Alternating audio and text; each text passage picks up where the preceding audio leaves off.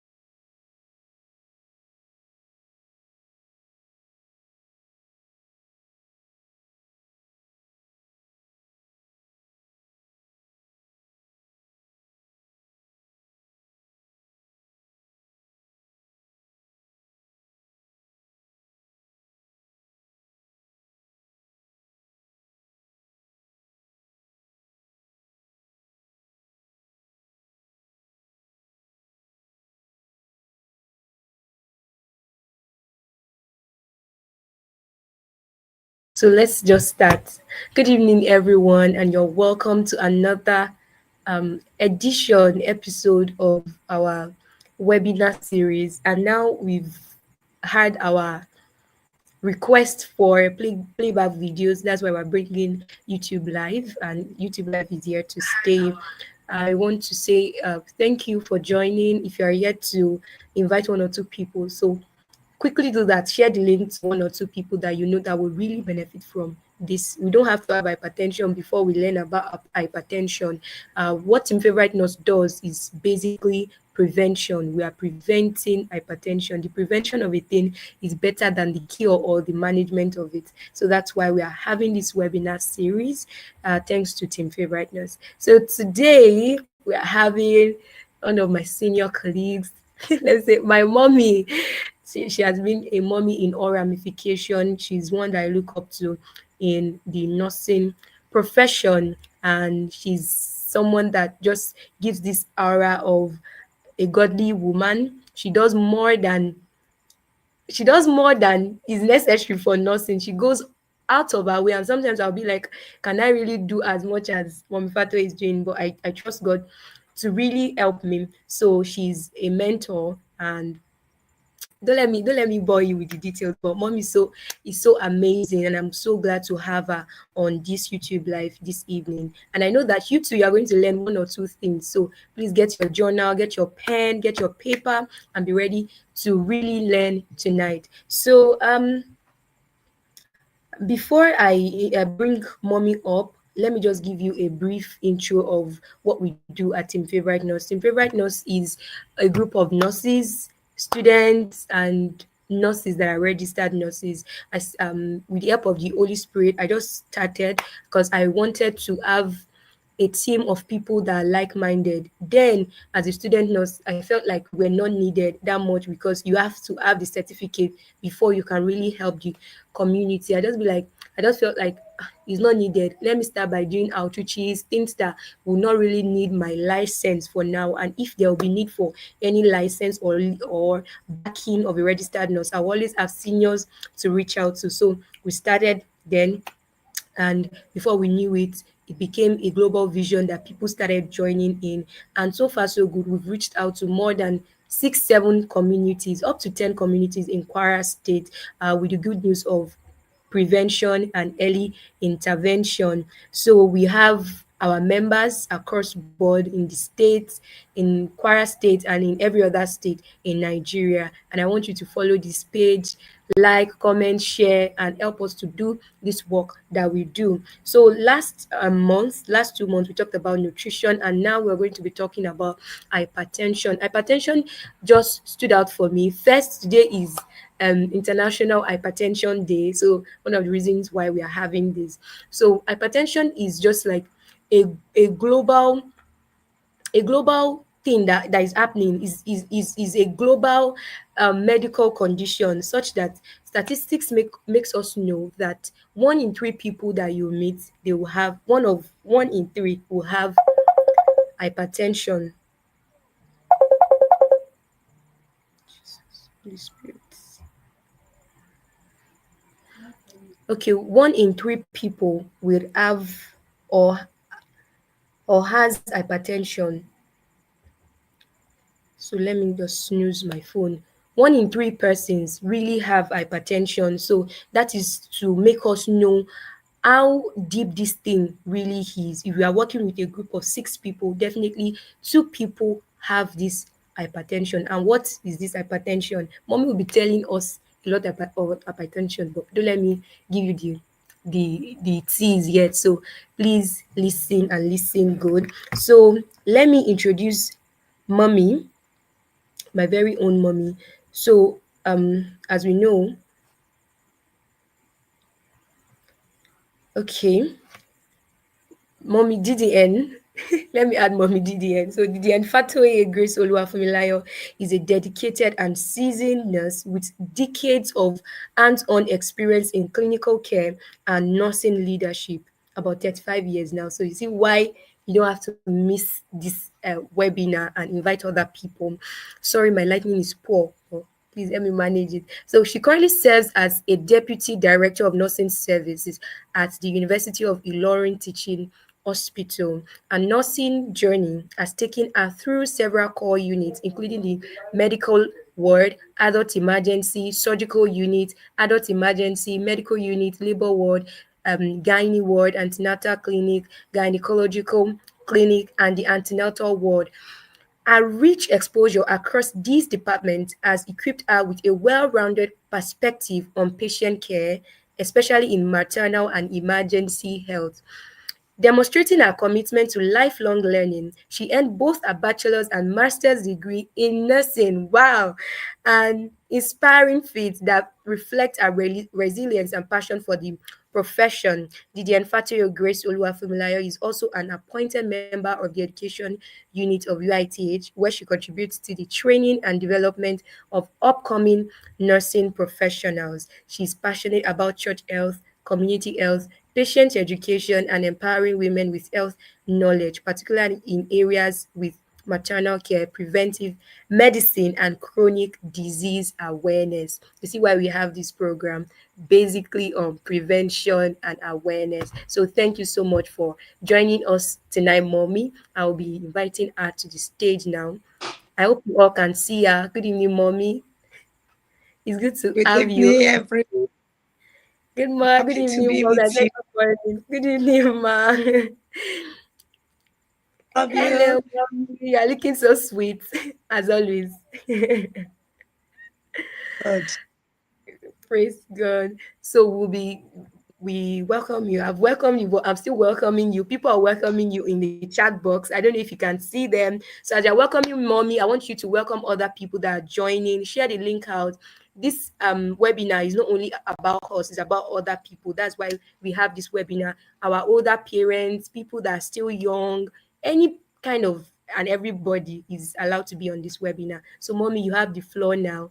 Thank you so much, mommy. Thank you. God bless you. Happy to meet you this evening. I'm happy to be with you. It is a joy to be with you. And you know my name already. My name is Fatoye Grace Oluwafunmilayo, to hear from the horse's mouth. And I'm a nurse and a deputy director of nursing in UITH, as you have heard. We are going to talk about something very important tonight and very personal: hypertension. Hypertension is so rampant these days. probably because of the global economic meltdown. But whatever be the case, we must go ahead attention.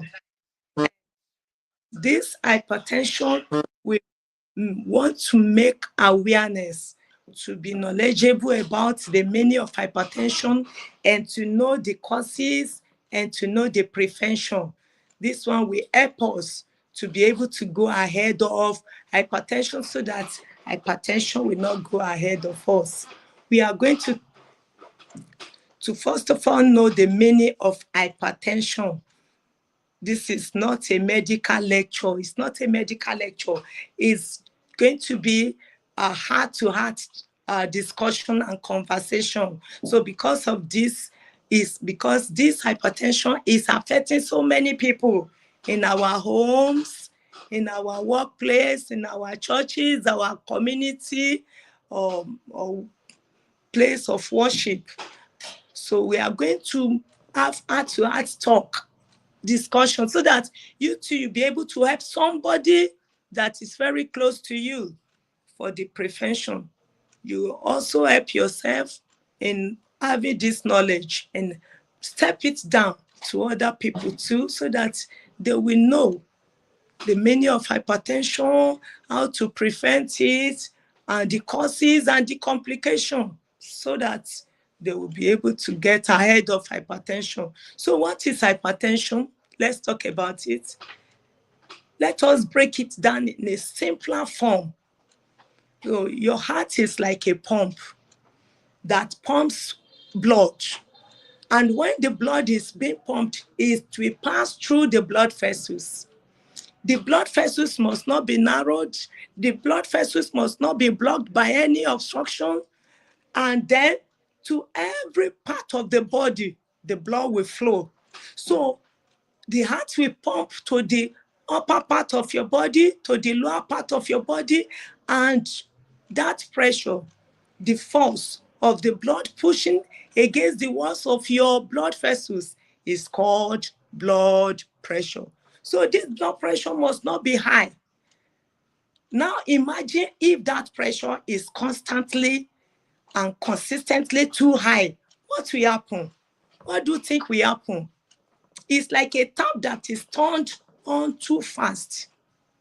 Over time, it will start damaging the pipe. So that is exactly what is happening to the heart. If the heart is pumping and the force, the pressure is too high to pump to the upper part of the body, to pump to the lower part of the body, then it will be damaging the heart and the blood vessels. The arterial walls will become thickened, narrowed. And that is what happens when someone has hypertension. It damages the heart, the brain, the kidney, even the eyes. And unfortunately, it often does this silently. People will not even know. They will not know. There will be no symptom. At times, before there will be any symptom, it must have damaged some part of the body. And that is why we often call it silent killer. Hypertension is a silent killer disease.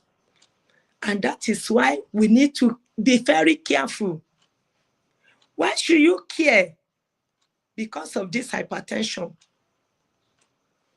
It's more than you think. Hypertension is more than you think. Hypertension is so rampant globally. 1 in 3 adults in Nigeria is estimated to have high blood pressure. 1 in 3. That's a big ratio. Many people don't know they have it. They don't know because it will not give sign. Before it will give sign, it's already complicated. And some, it will just come as they are having stroke, sudden stroke. And some, they will have persistent headache.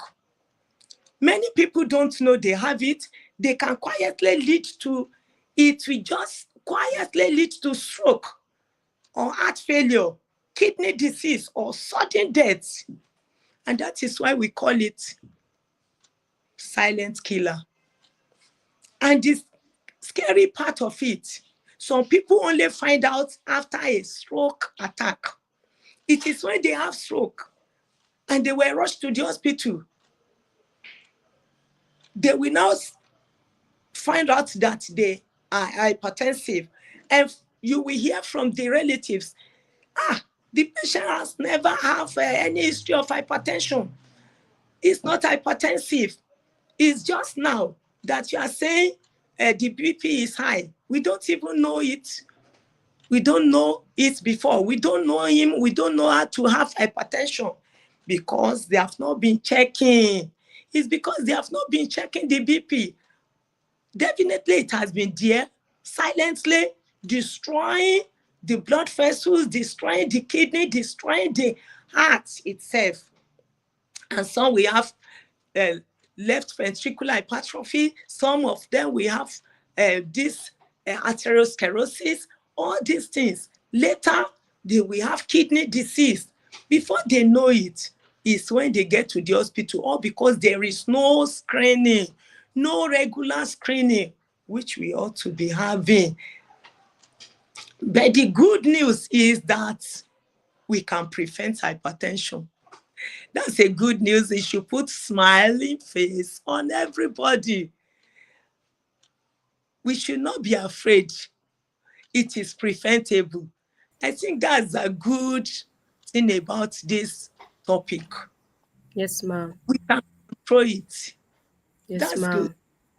So we should now listen very well so that we know the causes. When we know the causes, we'll be able to safeguard ourselves and we'll be able to remove the causes. When you remove the causes and the risk factors, you'll be free from Yes, ma'am. hypertension. Yes, ma'am. So now let me ask the question, what raises your blood pressure? There are two main types of hypertension to start with. We have the primary hypertension. This has no single cause, but several risk factors. We have risk factors for the primary hypertension. That primary hypertension, you cannot say this is a particular cause. We have the risk factors like family history, that it runs in the family. We have age. Some, because of aging and then they are getting older, you will see that their blood vessels will become stiffened up and it may become narrowed. And then some, because they are overweight, that is it. It's one of the side effects of being obese or being overweight, not necessarily obese. When you see that your BMI is getting increased, you have to go for exercises. High salt intake. You don't need to take too much salt. Some will put too much Maggi. They will still put too much salt. It's not good for your heart. Then lack of physical exercise, lack of physical activities, sedentary lifestyle is not good. It's not good. You need to exercise yourself and burn some of this excessive cholesterol in your body. Smoking or excessive alcohol is not good. Smoking has nicotine, and you know nicotine will cause narrowing of the blood vessels. When there is narrowing of the blood vessels, the heart will pump with force and it will increase the blood pressure. Poor sleeping pattern. Some people, they cannot sleep. They are workaholic. They will work every day, in the day, in the night. Thank God that God has created the night. If not, they will work 24/7. They will work as if they should increase the hours of the day so that they will do more businesses, so that they will do more work, so that they will get more money. But at long run, the money that one will gather together and still spend it on hypertension or stroke or the complication of hypertension is not good. So Poor sleep is one of the contributory factors. Eh? And then constant stress. Some people, they stress themselves on unnecessary things. They fight people, they fight everybody, they will not forgive people, they will stress up themselves on even what they can delegate to other people to do. They will want to do everything. This one will not do it good, this one will not do it fine, let me do it, as if they are the only one that can do it.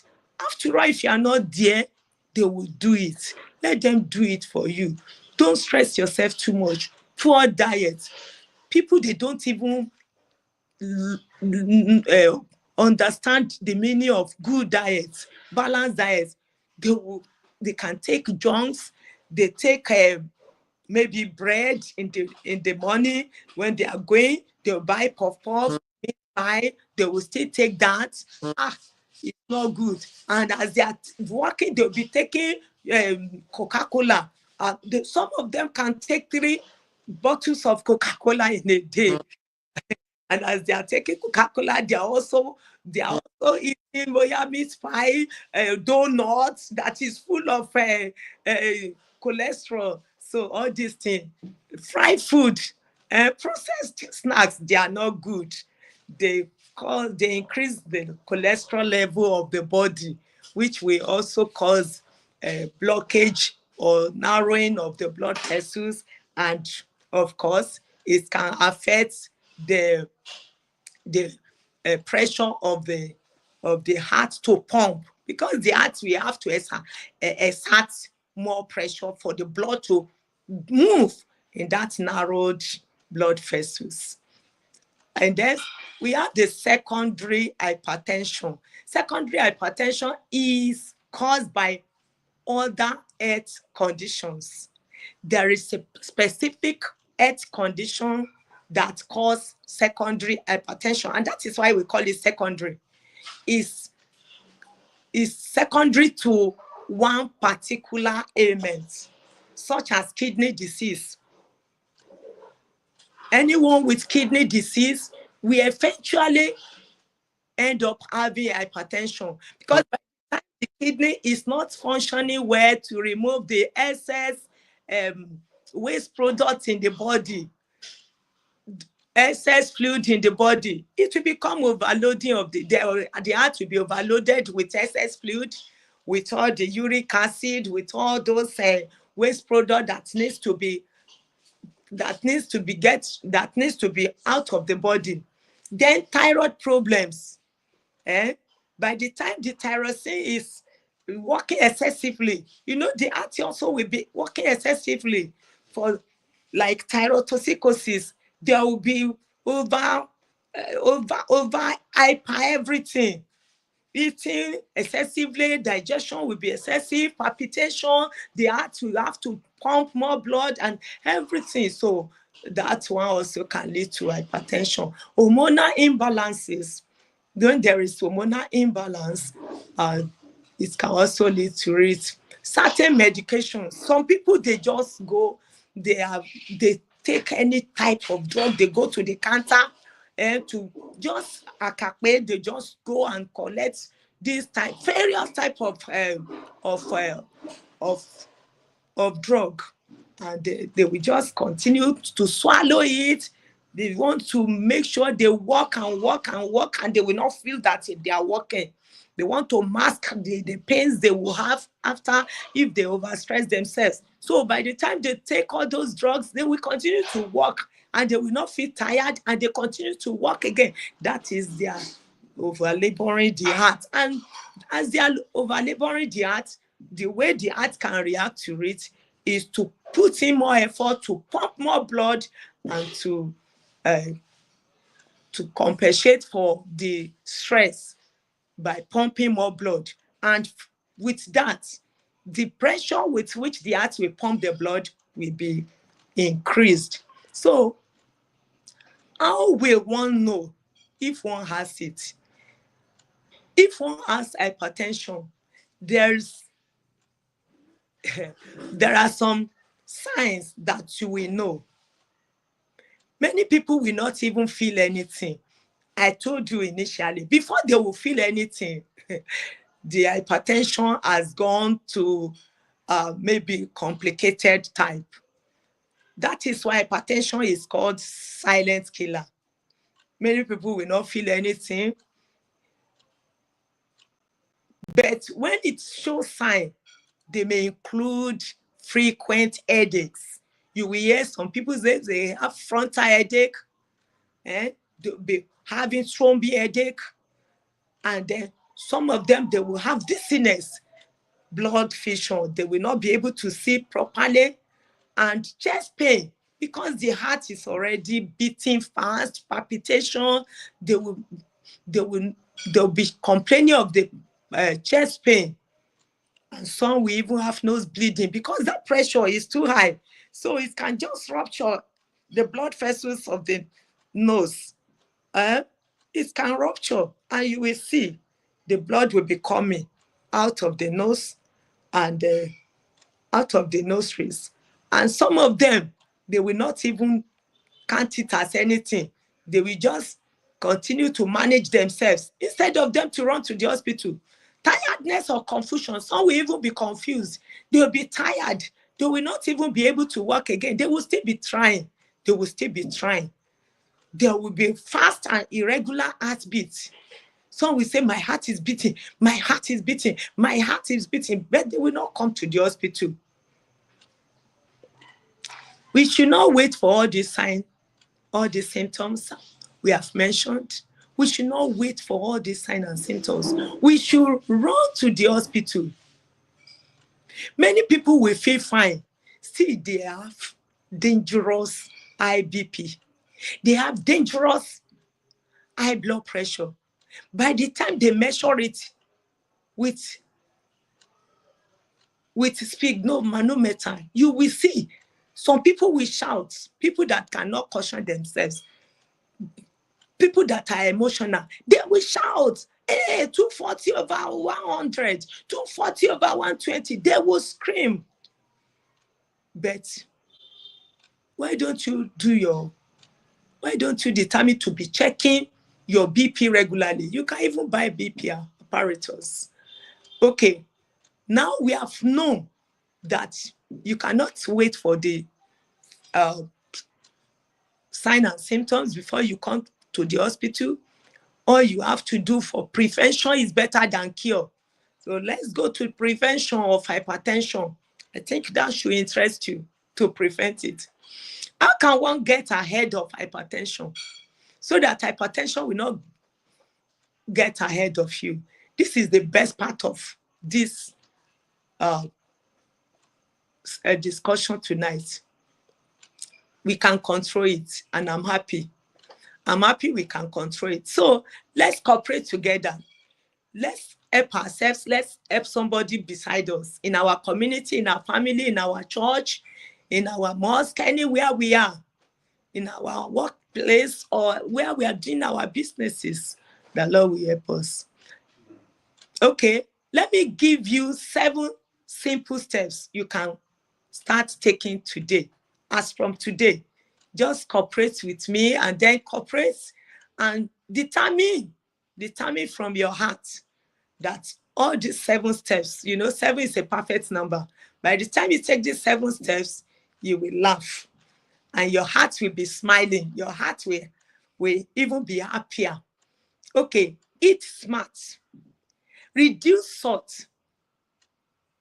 Reduce your salt. Salt has power to retain water. If you take too much water, too much salt, it will allow much fluid to be retained in your body. Even the fluid, excess fluid, that's supposed to come out as urine, that's supposed to be eliminated or excreted as urine, as sweat, it will stay in your body, and it will become a load on the heart. So you have to reduce your salt. What about fried food?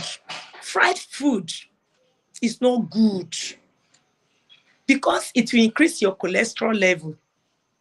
Processed snacks, all these snacks that are not fruits, that are they fry it, They put this and that together, and before you know it, it increase your cholesterol level. Maybe donuts, meat pie, egg roll. They still put a whole egg in it. And some must have eaten probably rice with two eggs, and they are still buying another egg roll.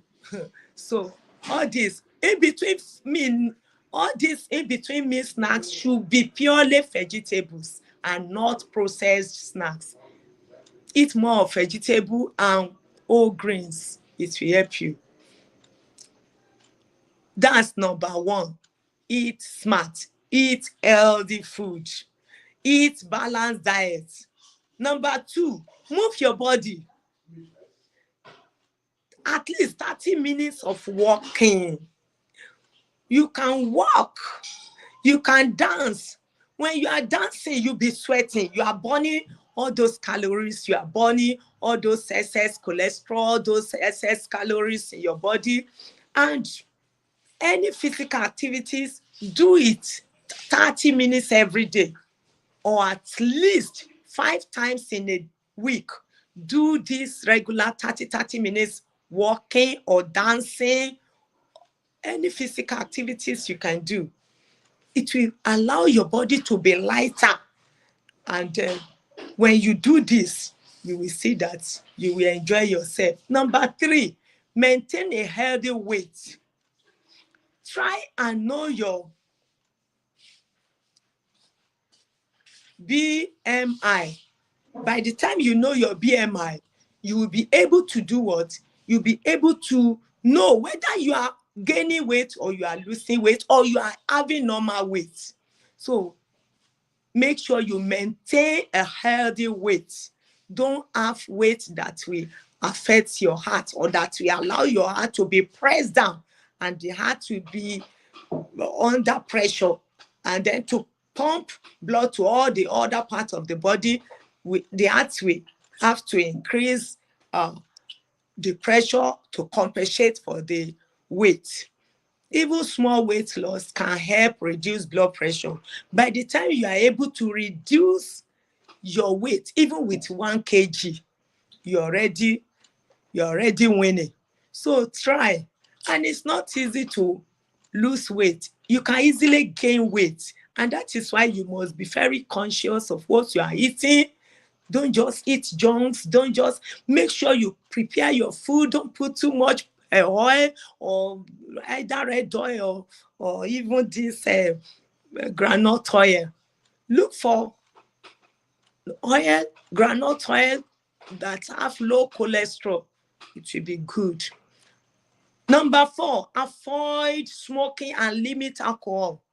I've told you smoking has nicotine, and alcohol, it will destroy the kidney.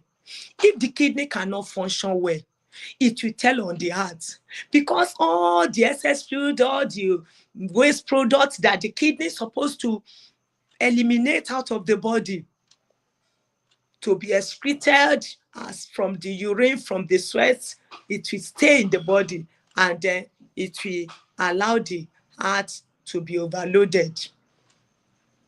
Get enough sleep. That's number five. We are going to 7. Get enough sleep. I was saying something the other time that some people, they are workaholic.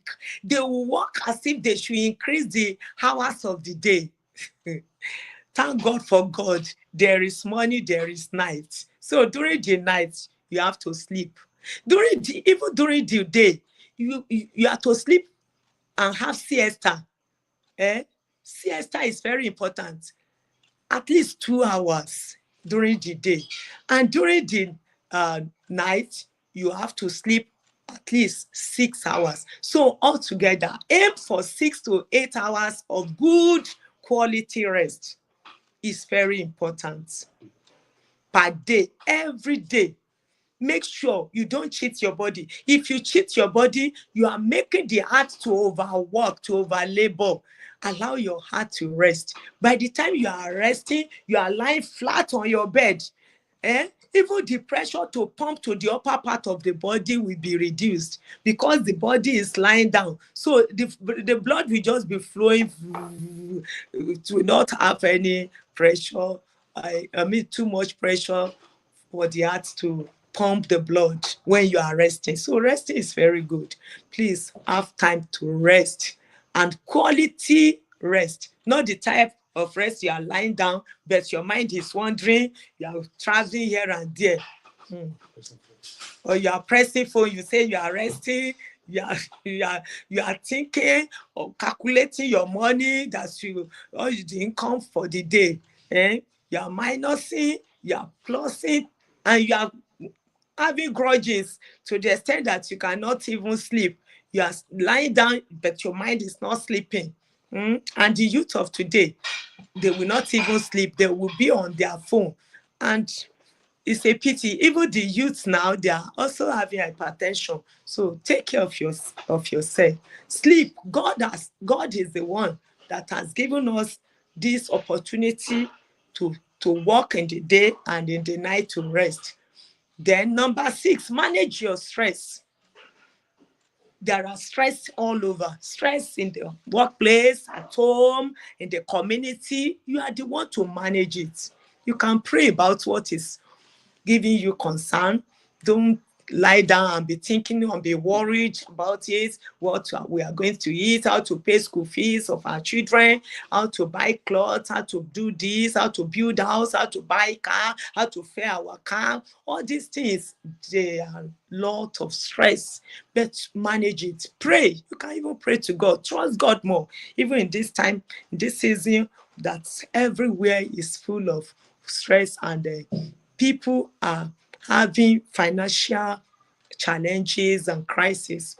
But when you pray, you are just live your life per day. And just like God say, Jesus said, give us this day our daily bread. You not be saying, give us this day our yearly bread. It will be daily, live per day. So don't think of tomorrow. Let tomorrow think of itself. So talk to someone about your stress, about your worries. Get somebody to talk to. Have confidence. Don't take everything to yourself. Let them share with your burdens. Let them share with your uh, concern, and maybe probably they can even help you. Rest. Have good rest, quality rest. Don't carry life's burden all alone. Don't carry your body all alone. Which number are we? Which number? Hello, everyone. Is somebody there? I can't hear anybody. We are Which? number 6. Okay. So we are Yes. going to which number now? Number 7. We are going to 7. Yes, Okay, ma'am. clap for yourselves. I'm happy that We are following. you these 7 steps. If you can take it, your heart will be happy. Yes, And I ma'am. pray that God will just help every one of us, that we will not only hear it, but we will be doers of all this. And let us practice it. Let us help someone. Let's help ourselves. BP regularly. That's the last one. Number Yes, ma'am. 7. Yes, ma'am. Check your BP regularly. What do I say? Check your BP regularly. Good. So let's determine. You can even have a diary that you'll be recording it. Weekly is not too much for you. You can buy this digital BP apparatus. You can do it yourself. One of your children can do it for you. Your uh, colleagues in the office or your mate in the school can do it for you. So it will help you to easily dictate any abnormal blood pressure. So by the time you know all these things, you will see that it will help your heart. If the pressure is increasing, you will quickly know that you have to do something to seek medical advice, medical help, and dietary counseling, or to do exercises to reduce your weight, and you will see that it will be good. Then let's look at the treatment. The treatment. If one already has it, what can one do? Okay, we have talked about the prevention, but if someone already has it, then you will have to go to the hospital. You have to seek medical advice. If you have been diagnosed with hypertension in the hospital, don't panic. Don't panic. You are not alone to manage it, and you cannot even manage it. You cannot manage it alone, because some people, they will just go to the counter, they will go and buy. My friend was using Adomant. My friend was using Lisinopril, aminophylline, amlodipine. Some will just go and buy it. Natrisam. No, don't manage yourself. Go to the hospital. Seek medical advice. Seek medical advice and medical help. Take your when you have been to the hospital and they have diagnosed you, they will test you, they will know what is happening in your system.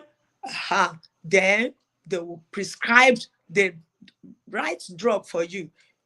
The right drug. It's not that somebody is using this and you too, you just go and buy that, because we have different type of antihypertensive drugs. Take your medication consistently. By the time your doctor have already given you they have prescribed drugs for you. Don't stop just because you feel fine. Some people will just stop because they feel fine. They will stop immediately. My BP has gone down. It can still shoot up, and you will not know the time it will shoot up. So continue. Let it check the BP for you. Your doctor may prescribe one or more drugs depending on your own body's need. Depending on your body, there are some people, they will prescribe these diuretics for them, because probably they have excess fluid in their body, and something like laces, so that they will bring out the excess fluid out of their body. So let me mention a few common classes of blood pressure medicine, so that you will know it's not just taking the type of anti-hypertensive drug your friend is taking. So it's about doing some tests. Some people even run away from tests. You have to, there are so many screening. And so we say, is it not hypertension? Why are you doing a liver function test, a kidney function test? I told you, if the kidney is damaged or having one problem, it can lead to hypertension. So like this one, diuretics, water piece, we call it water piece. It will help you to take excess fluid out of your body, so that the heart will not be overloaded, so that the heart will be relieved of pumping too much, of doing too much pumping of a thing. Example is furosemide that I mentioned the other time. Hydrochlorothiazide is also an example of diuretics. Then we have ACE inhibitor, angiotensin converting enzyme inhibitor is another one. This one, they will relax the blood vessels by blocking a hormone that narrows them. It will block the hormone that will narrow. That is why we call it angiotensin converting enzyme inhibitor. It will inhibit that enzyme, that hormone.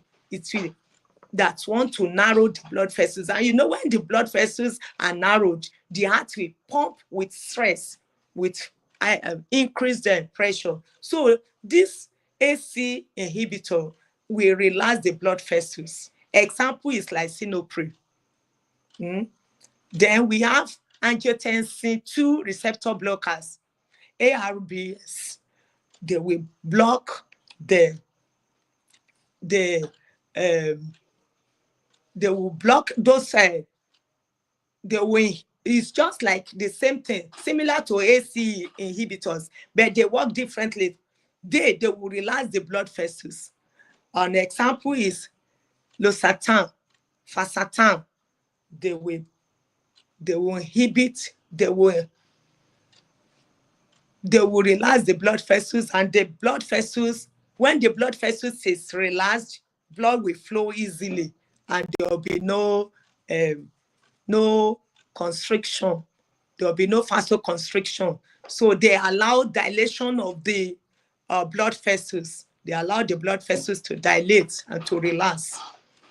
Then there is another one, calcium channel blockers. This prevents calcium from tightening the heart and blood vessels. So, excess calcium will tighten up the heart and the blood vessels. So they help vessels relax, and they widen up the blood vessels so that blood will easily pass through.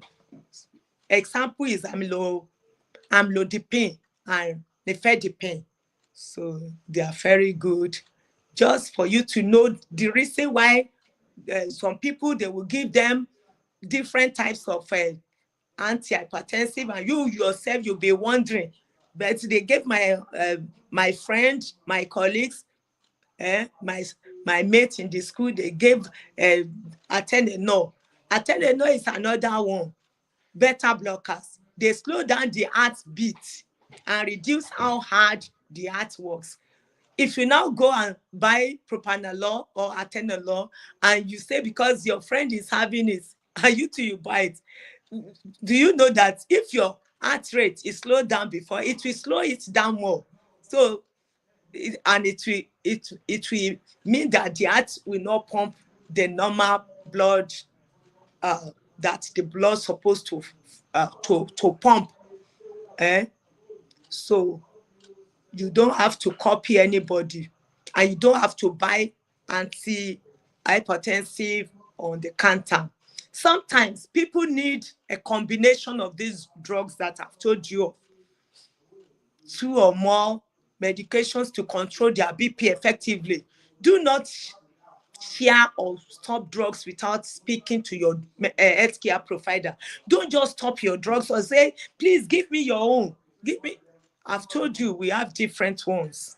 The one that will strengthen the heart, the one that will relax the heart, the one that will slow down the heart rate, the one that will help to excrete the excess fluid in the body. Then you can combine medication with healthy lifestyle. Healthy lifestyle is another very important thing. Healthy lifestyle. You must, have a lifestyle modification. You have to modify the way you live your life. If you have been living a sedentary lifestyle, you have to change it. You must go for exercises, at least 30 minutes per day, or at least 5 times in a week. You do these 30 minutes exercises, and you make sure you reduce your weight. Take balanced diet. Balanced diet will help you. And much of vegetables and fruits. So you combine this with your medication, it will help you. When you also eat well, and you exercise, and you avoid stress, all those things, you will see that your heart will be happy, and you too, you feel fine. Then you take plenty water. Water therapy is good. You'll be able to excrete all the waste products that may even narrow the blood vessels. Another one is visit your doctor or your nurse regularly. Visit your doctor or your nurse regularly. Let them help you check your BP. Let them check the blood pressure, and then you can even record it. You have a diary to record so that you can compare whether it's going down, whether it's going up. Monitor your organs and adjust your treatment. Monitor your organs. They can write for you. Come to the clinic. Don't say, Sebi, I've already, I have my drug to take. And some people, they will just continue to take that drug. They will not come to the clinic to do another test, another screening, so that they will know whether to reduce this drug or to review it and remove one or two, or to add more. It's good you go for go to the clinic. Don't default clinics, don't default your medication, and you will see that everything will work fine. Monitor your organs, your kidney, your everything by doing all the screening, all the tests they will write for you. They can write kidney function test, they can write x-ray of the heart, they can tell you to go and do ECG, echogram. You please do, so that we see how the heart is looking like. Educate yourself and your loved ones. Talk about it. Talk about what we are talking, and step it down. All this seminar we are doing with you, step it down to other people around you. Let's look out for one another. Take care of your people. We are our brothers keepers. So please let us help someone that is very close to us. Look after the health of another person, your spouse, your children, your in-laws, your colleagues, and all people around you. Okay, I want to give this scenario. Let me tell you about Mr. A. Let's look at this scenario together. Mr. A, a 52-year-old man who looks strong on the outside, but inside, this Mr. A is looking very healthy. Everybody will think he's healthy, he's bouncing, but he's strong outside, but collapsed one day suddenly at work. Everybody were surprised. This man that looks so healthy, what is happening? What has happened? What has happened to him? Honestly, everybody were surprised. Even some people will say it is witches or wizard that has caused the collapse. He had no symptoms before then, but turns out to be having high blood pressure. By the time they rushed this Mr. A to the hospital, they found out that the BP is dangerously high, 200/120. It's too high. No wonder the sudden collapse. That is why we call hypertension silent killer. And by the time they are taking the history, the wife said, no, he has not been having hypertension before. But look at this. He had no symptoms before then. Turns out he had been living with high blood pressure for years, and he didn't know.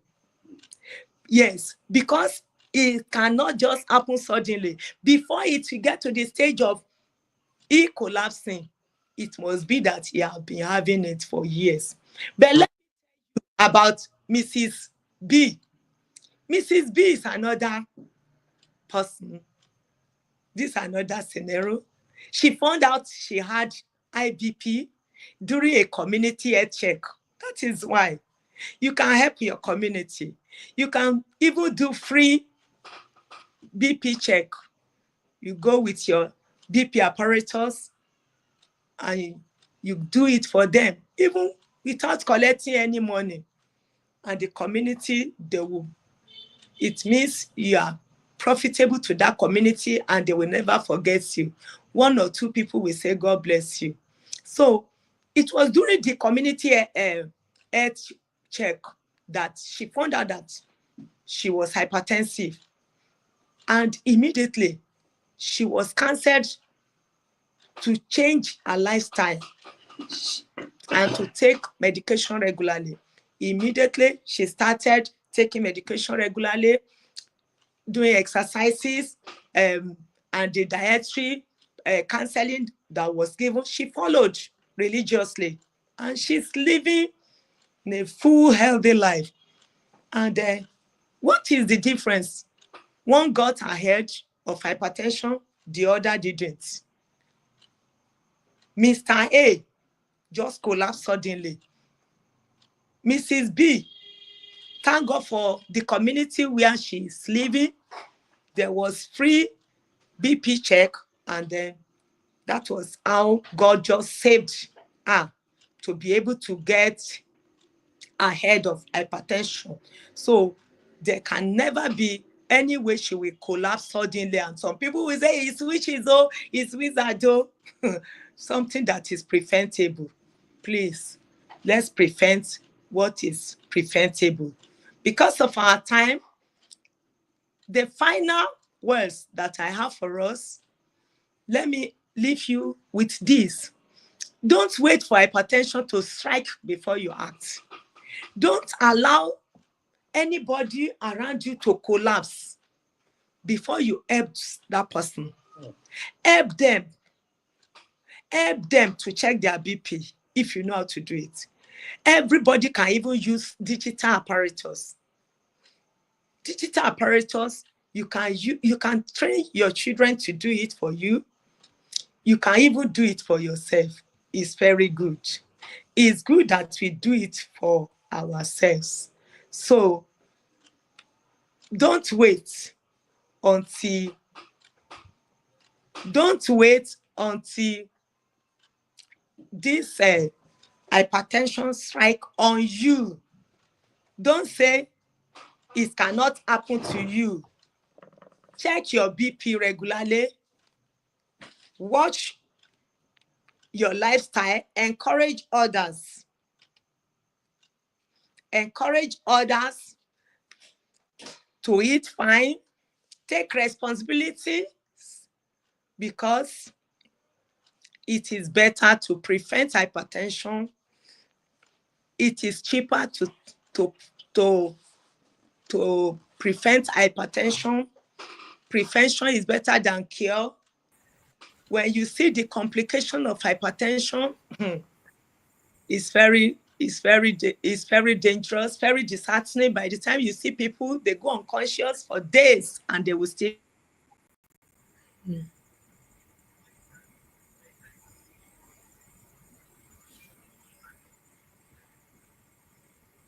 Result is bad.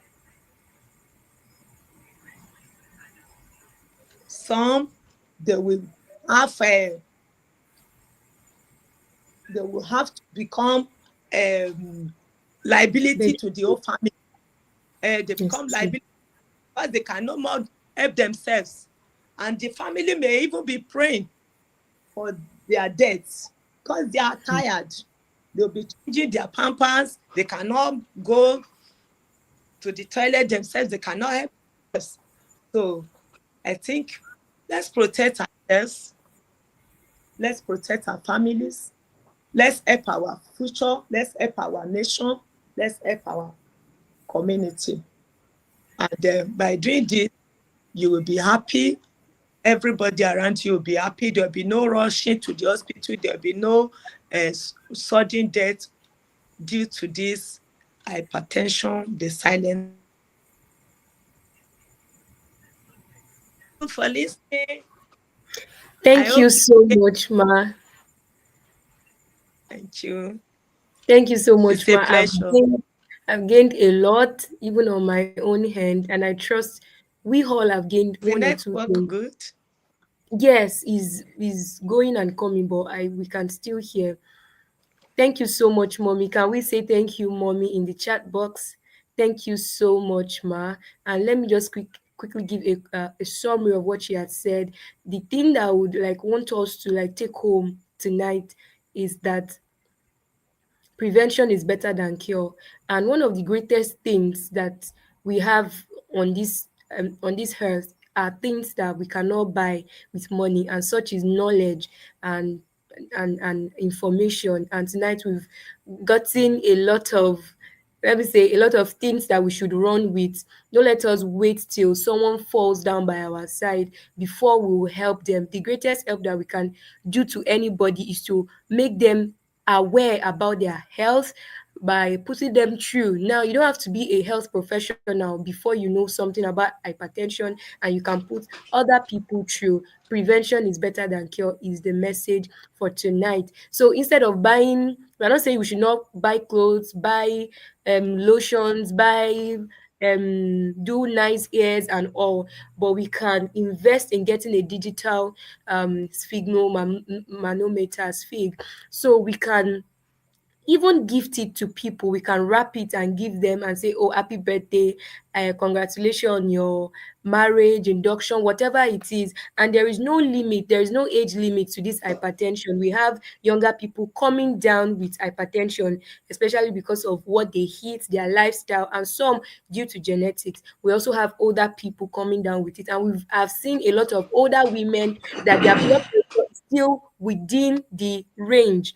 And mommy did not tell us the range of the normal blood pressure. I don't know if mommy would help us.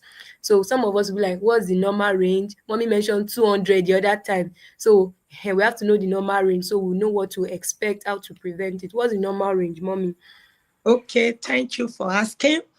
Anything that is above 130, equal to or above 130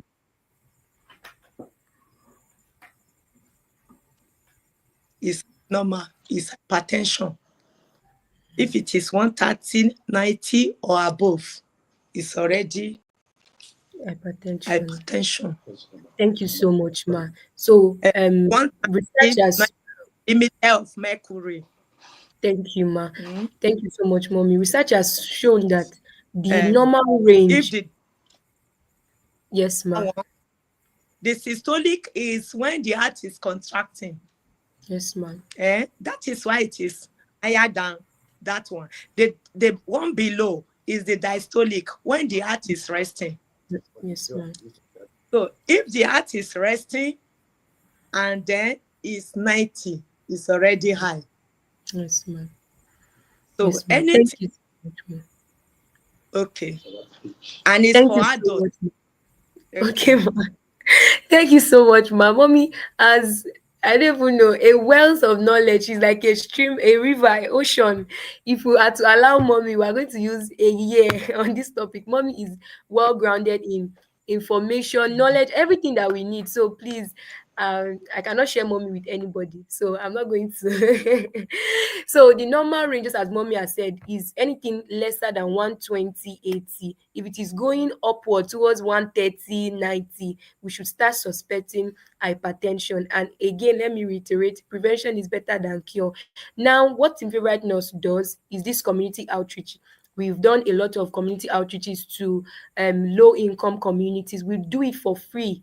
So we go to schools, we go to communities, and one of our outreaches is even coming up later this month in May. And would also want you to support us in whatever method and means that you can support us. So we go to communities, we do blood pressure check for free. We do BMI that mommy was mentioning for free. And BMI is Network.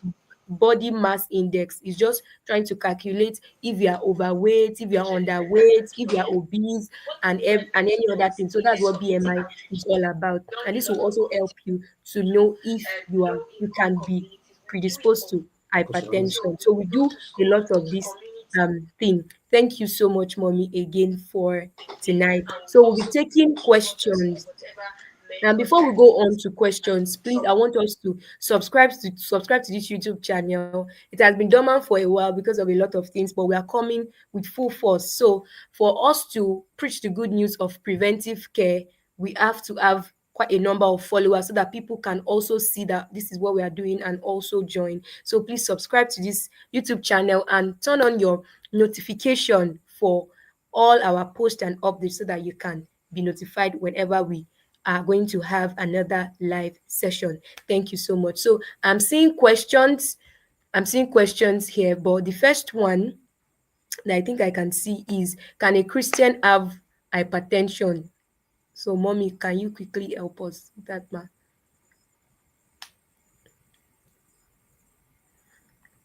I don't know if mommy can hear me.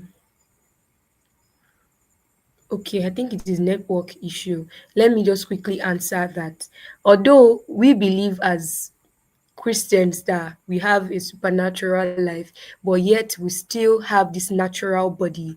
We still have heart, we still have lungs, we still have eyes. So it is very necessary we take care of this physical body. We are spirit living in a body, right? But we still have to take care of this house. Imagine living in a house that has thatched roof, rain is falling, the house will collapse, just like that man that built his house on the rock. This is not a Bible study class, but let's just explain that. So your house is, that house is your body. So you don't want to make that house collapse and just fall down and die while you've not even really fulfilled the plans and purposes of God for your life. So a Christian can have hypertension. So don't sideline anything called healthy living, all in the name of, oh, I am a Christian, I go to church. We are not exempted from any disease that can happen, although we have power over sickness, over disease, but not that we willfully go against the law of nature, willfully sinning, willfully doing that. I'm not following this. I will not eat healthy. I'll eat carbs. I'll eat junks. I will not rest. I will not manage stress, just as mommy has told us. And you want to live a healthy life. Even God will just be looking at you and say, you are not serious with your health and your life. So anybody can have hypertension, and even Christians, they are not exempted. I know that we live a supernatural life, but we have to take care of our physical body also by not willfully going against these things that we've mentioned, so that the healing grace and power will not go in vain, so that God will not be wasting those things and be giving it to people that does not need it, that we're just wasting it. So I think that is it. Um do we have any other question? I think it's a no. It is well understood. It is well understood on this end. Let me add mommy back to the stage. So I think that is the only question I can see on this end. I think that is all. On our own end, I think I want to ask mommy that hypertension, as we've said, can it be transferred? Like, oh, this person's mom has it, so can this other person or his grandparents can, mommy, do you understand the question? Can genetics Yes, play yes, a role in hypertension? yes, sure. Okay. Genetics can be a contributory factor, and then someone that in their family there is history of hypertension should be extra careful. Eh, in prevention and taking the preventive measure, so that it will not be done um, on the fellow, since there is history in the family. It can run, because hypertension runs in the It's family. in the family. Yes, so genetics is also uh, one of the predisposing factors, just Mm. like aging is a predisposing factor to hypertension. So Thank you if so the much. parents are hypertensive, then the children should be very careful and Mm. have to take the preventive measures that we have already made mention of. Thank you Yeah. so much, ma. So this falls in line of risk factors. They are not causes, they are not direct causes, but it can predispose you to having hypertension when your grandparents, great grandparents, you might think that genetics has forgotten. No, genetics is very smart, very wise. So don't think, oh, it was my great grandparent that had hypertension. Let me keep eating salt like water. Let me not rest. Let me just be living life anyhow. It will even predispose you to a greater uh, uh, uh, chance of having hypertension. I think that is all for tonight. We don't have any other question. Okay, I think someone said, what is the normal weight range? So I think that is BMI. You are trying to talk about BMI. So BMI is body mass index. You are just calculating if you are overweight, underweight, or obese. And there is no, like, you cannot use your eyes to guess, like me now that you are saying me that I'm not kind of fat, you think that maybe I'm underweight, but I'm actually not underweight. So you have to calculate by, how do we calculate BMI? Are we with our pens? So that's our weight Mm. divided by our height squared. So when you get your weight, assuming you are, let's do this calculation together.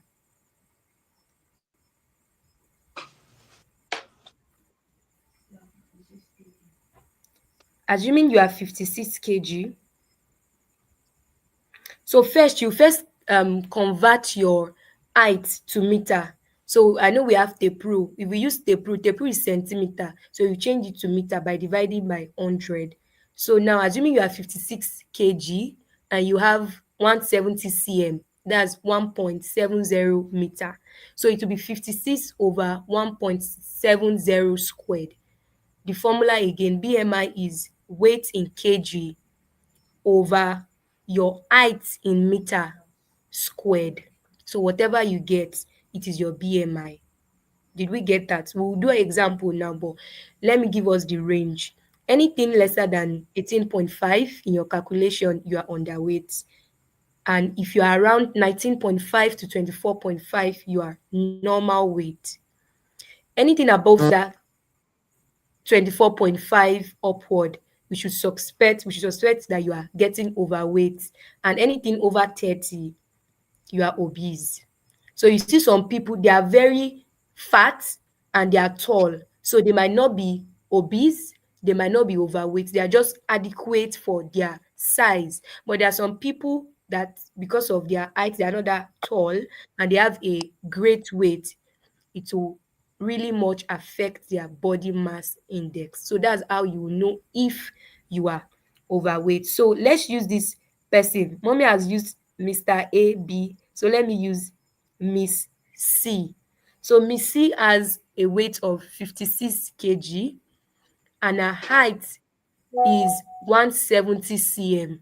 No, now 170 cm, we'll first convert it to meter by dividing by 100.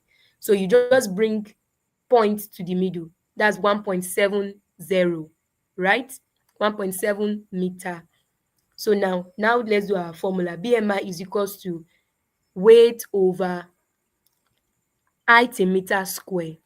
So if we do 1.70 squared means times that thing in two places. 1.70 times 1.70.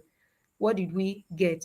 That's 2.89. Let's write it down. 2.89. That's the person's height in meter squared. Now, this person has weight of 56. Our formula says weight over height in meter squared. And we've done meter squared. That's 1.70 times 1.70, which gives us 2.89. Now, our weight, now let's put it on top.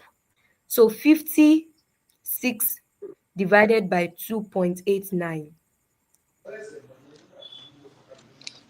So that is 19.3. 19.3. Or is that not what you got? So the person is within normal range. The person is not underweight. The person is not obese. So we said underweight is lesser than 18.5. Normal is 18.5 to 24.9. Overweight is when you get your calculation and it's 25 to 29.9. Obesity is when you are above 30. So let's use some for someone that is chubbier. Do you understand now? So you are going home with a lot of knowledge, but about this BMI, you're also knowing it. So let's say the person is 90 kg.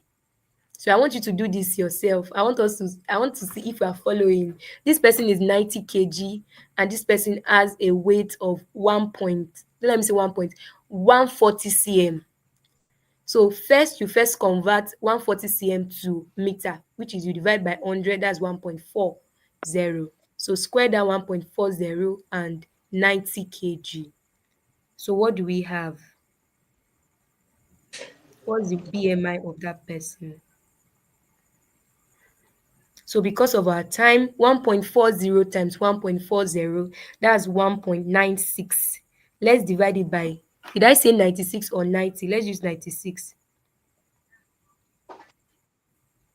1.4 times 1.4, we said is 1.96. 96 divided by 1.496.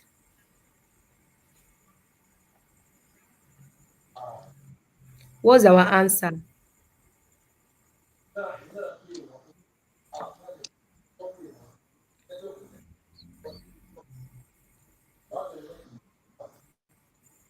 So the answer is 48 point. 9 6. From what we said, the person is actually obese, overweight, obese, and all. So that's how to calculate BMI. You can also check online if you don't really understand what BMI is all about. So once again, we're saying thank you so much, mommy, for this evening. We've learned a lot. We've learned and relearned.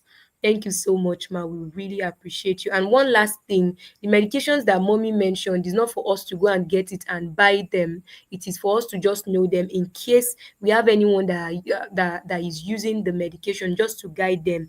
This is what you are using, and not for us to buy them and feel like, oh, my blood pressure is above 130. Let me go and buy amlodipine. Mommy have told us ACE inhibitors. Let me go and get lisinopril. Let me go and get hydrochlorothiazide, or any other medication that has been mentioned. So let's stay safe and have a great weekend ahead. Thank you all so much. Bye. See you next time. Bye, mommy. Bye, everyone.